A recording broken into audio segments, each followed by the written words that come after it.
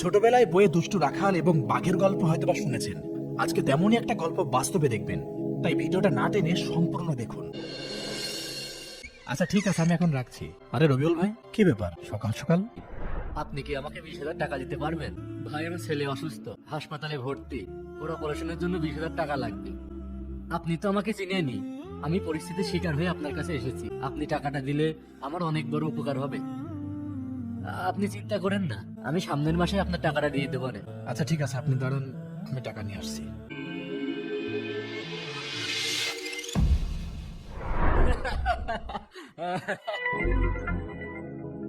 এই এটা ধর তো, আমি আসছি।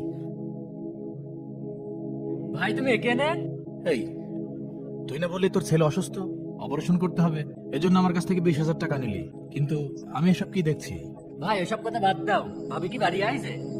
তুই আগে এসব কথা বাদ দে, আর আমি যে প্রশ্ন করলাম সেই উত্তর দে। ভাই, সামনে ঈদ, বুঝতেই তো পারছেন, ব্যবসা বাণিজ্য ভালো যাচ্ছে না, আমার কিছু কেনাকাটাও করার দরকার, তাই জন্য একটু আর কি। সামান্য ঈদের কেনাকাটার জন্য তুই এত নিচে নামতে পারলি? তুই যে আমার কাছ থেকে মিথ্যা কথা বলে টাকা নিলি, এটা বড় কথা নয়, তোর প্রতি আমার যে বিশ্বাসটা ছিল সেই বিশ্বাসটা আজকে ভেঙে গেল।